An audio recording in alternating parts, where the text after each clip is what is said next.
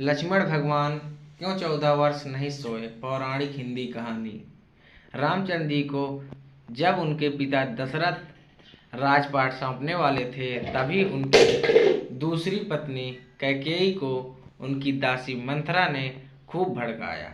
मंथरा ने कहा कि राजा तो आपके बेटे भरत को बनना चाहिए। इसके बाद कैकेयी ने राजा दशरथ से 2 वर मांगे। पहला, भरत को गद्दी मिलनी चाहिए और दूसरा, राम को 14 वर्ष तक वनवास में रहना होगा।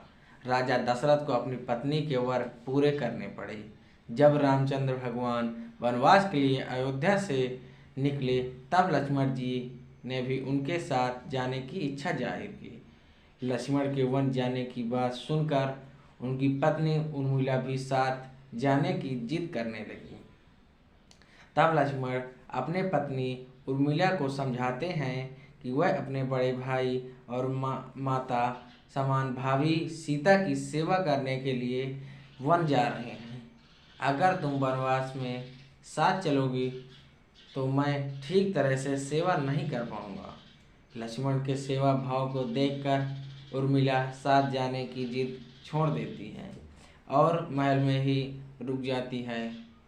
वन में पहुंचकर लक्ष्मण भगवान श्री राम और माता सीता के लिए एक कुटिया बनाते हैं।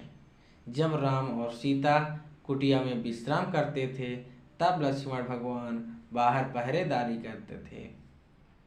वनवास के पहले दिन जब लक्ष्मण पहरेदारी कर रहे थे, तब उनके सामने निद्रा देवी प्रकट हुई। लक्ष्मण ने निद्रा देवी से वरदान मांगा कि वह 14 साल तक निद्रा मुक्त रहना चाहते हैं। निद्रा देवी ने कहा कि तुम्हारे हिस्से की नींद किसी और को लेनी होगी। लक्ष्मण भगवान कहते हैं कि हे देवी, उनके हिस्से की नींद उनकी पत्नी को दे दें, उर्मिला जी को। इस कारण लक्ष्मण 14 साल तक नहीं सोए और उनकी पत्नी उर्मिला लगातार 14 वर्ष तक सोती रही। 14 वर्ष जब भगवान श्री राम और माता सीता के साथ लक्ष्मण तब नींद की अवस्था में रामचंद्र जी ने राज तिलक समारोह में उर्मिला भी उपस्थित थी। यह देखकर लक्ष्मण को हंसी आती है। जब लक्ष्मण को हंसी की वजह पूछी गई तो उन्होंने निद्रा देवी की वरदान के बारे में सब कुछ बताया। तो दोस्तों, यह बताया लक्ष्मण ने कहा कि जब मैं उबासी लूँगा तब उर्मिला की नींद खुलेगी। लक्ष्मण जी की इस बात को सुनकर सभा में मौजूद सभी हंस पड़े। सभी को हंसते देख उर्मिला लज्जावश समारोह से उठकर बाहर चली जाती है।